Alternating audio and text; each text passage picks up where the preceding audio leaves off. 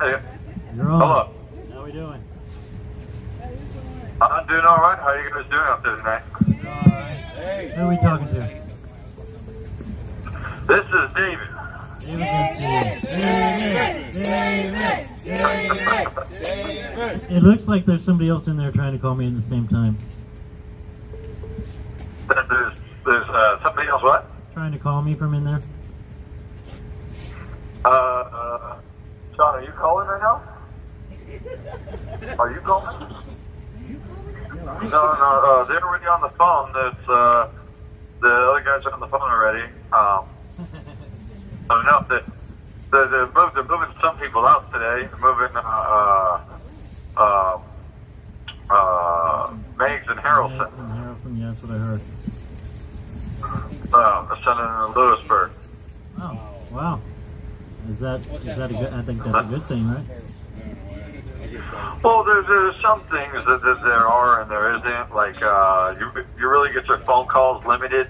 And in VOP, you only get 33 15-minute phone calls a month. Oh. So you can't call more than that. And then, some of the amenities that they have here, they don't have there. You may be able to go to yard and stuff. So it's like hit and miss. Every facility has got its pros and its cons. But essentially here now, with as crummy as this place is, we have fought, tooth and nail to get a lot of the stuff that we should have had from the beginning. And now, we're just starting to get it, so we got our TVs fixed, our phones are broken, but we just got our phones fixed. The video vits are getting ready to, finally come aboard at some time, most likely late spring, early summer. Our visits, and then the mask is going away. On Monday, it's official. You guys don't, when you guys come in now for visits, you guys don't have to wear that stupid thing. Yay! So, no more masks. Woo! Big win! Right? And all it took Democrats 3 years of lies to realize that they've been played for fools. Exactly. No? Exactly. I have heard the food is way better there. The food I heard is way better in Lewisburg, but the commissary is a lot more expensive from what I hear. So. Okay. Yeah. Win some, you lose some. So the food here when started out was absolutely terrible. It was like the type of stuff that you like if you got served it at a restaurant, you want to fight the waiter kind of stuff. Right. And it was cold. It was, it had funny, taste to it. I remember one time we got rotten eggs to where they were like, James, what color was it? Like a brownish gray? Oh. Yeah, like brown, greenish gray, and they're completely rotted. We had like every single tray had, rotted food on it. We found hairs in our stuff before, so it's progressed a long way from where it was, and but it wouldn't have happened. And then it changed for a lot of the guys in the facility too, not just this unit in particular, but a lot of the stuff that we've done has actually helped to benefit the other populace because, these guys didn't know the power of writing grievances, the power of reaching out to, the local politicians and writing people. So, they try to say that they kept us away for, from other people for certain reasons. But in actuality, they don't want the populace in here to become educated to be able to fight back against the corruption that this facility, engages in on a daily basis. So, and then whenever we do interact with people, they're like, "Oh man, hey, you guys are those Capitol guys, man," and they're like, "Hey, we heard you guys got this and this and that. How did you do it?" Or they, they're happy to engage with us. None of them are angry. None of them hate us. There's people that dislike Trump. That comes with the territory. But I mean, there's nobody that's taking a personal vendetta or hating towards us. And with the way that they make it seem as if everybody in this place wants us, dead in the ground. And that's not the case at all whatsoever. They just don't want us interacting because they see the power that we have. Lancaster gone in part because of us. You know, so when corrupt officers, you know, who beat the hell out of people for no reason, you know, and then do illegal stuff, and then, you know, get themselves in trouble, you know, and think that they're untouchable. Well, guess what? You know, we're a different breed. We're not going to allow you to stomp on us. You know, we're going to be able to fight back the way that, you know, we have and always done, you know, with law and order. And basically, it has changed, you know, the interactions with a lot of the you know, the underlings and the regular staff, because they deal with the same corrupt, evil people in the administrative level. So we've helped, you know, to change the game for them as well. And it's just, like I said, it's still hell, but we niched out a nice little piece of heaven, if you will, you know, with the unity that we have amongst one another, and then being able to interact and being able to, you know, stay housed with, you know, other like-minded people. We have, you know, gained a you know, a better understanding of what it means to be in places like this, and then help out people, and, you know, that have been dealing with this a lot longer than, you know, we have. And it's nice to be able to have that feeling reciprocated, you know, from, you know, other individuals in the facility and stuff. But yeah, I'm looking forward to seeing everybody without a mask, and we'll actually know what you guys really look like. Right. You know? Yeah, absolutely. That will definitely be a good thing. So I had a question. The people from Brazil, they were like natives to Brazil, and they flew up to the States. Is that kind of how that happened, or are they just Brazilians who support, you know, the freedom fighters down there? Okay, so this is the way I understand it. The one guy is actually a Brazilian lawyer that has been fighting to get the J8 defendants out of jail. And he's got 142 out within the last 30 days. But yesterday he said that I think 1,000 people got arrested yesterday in Brazil. So he's what? here. Yeah. So they're going through the same crap here, and but he was able to get them released by going through international court because of it being a political persecution. So he had to take it outside of the country. So that's very interesting. But yeah, I don't think he's allowed back in the country. So I think he's seeking asylum, if I understand correct. Yeah, 'cause they beat him up too. Yeah, Oh crap, man! yeah. I mean, he's a Brazilian hero, is the way that I understand it and see it.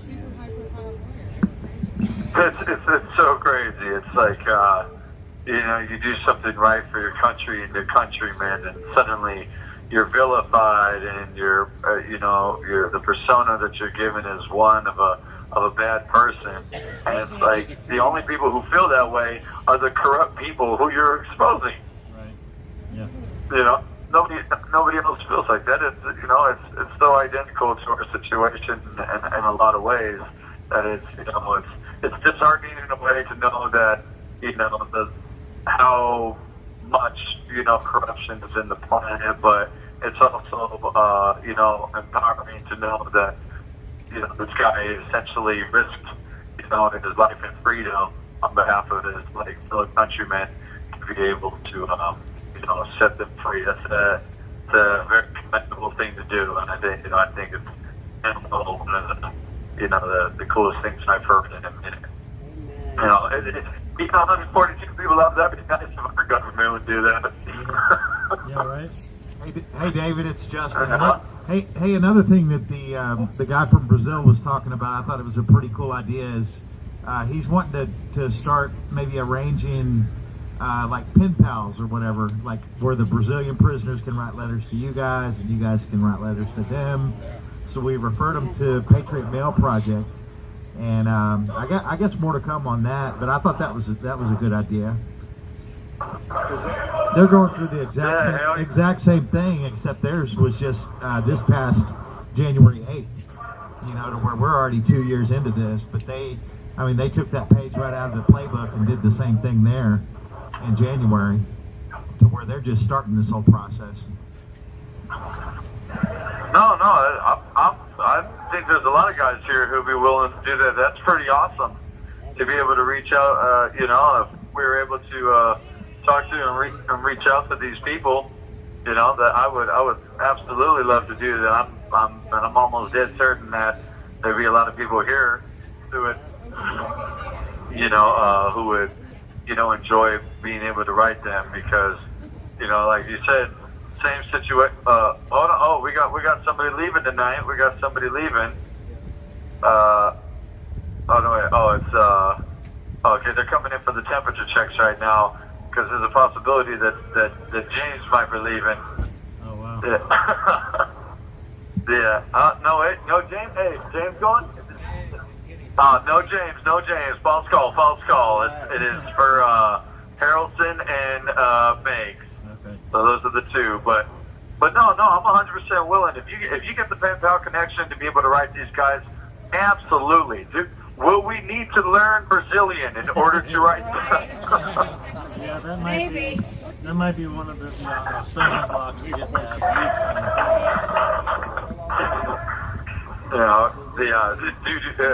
Dude's cheering. He's saying, "Yay, I'm safe. I'm not going nowhere." Hey, we like having Doo-Doo around here. We like having James around here. Bobby? So they can wait as long as they want. Hey, hold on 1 second. Can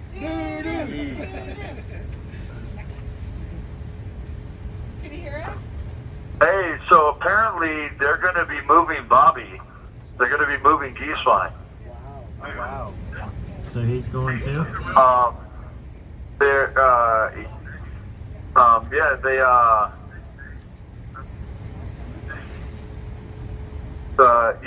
I'm trying to get confirmation of that. So they came in when they have the temperature check. They do the temperature check, and if they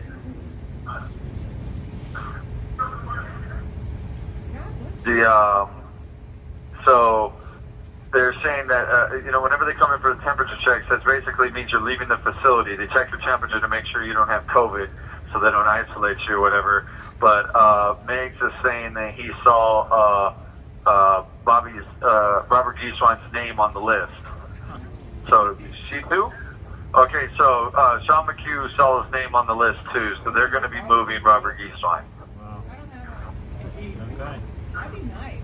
I don't know where Bobby is going, but I think that's I think it's shitty that these people lied to us yet again because they said Bobby was coming back here and now he's not. So that's and that bums me out because that was like my best friend in here. So that's who I kicked it with every day and hung out.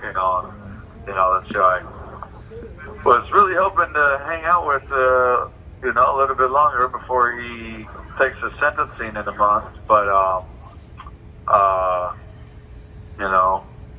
man, it sucks. That's whack. Well, hopefully he goes somewhere else that's better than this, and I'm pretty sure he'll keep his mom updated, and then they'll find out where he's going and and how long he's going to be there. They're saying a prayer right now for the guys that are leaving tonight. They're over there doing they're off to the side. But you have 1 minute remaining.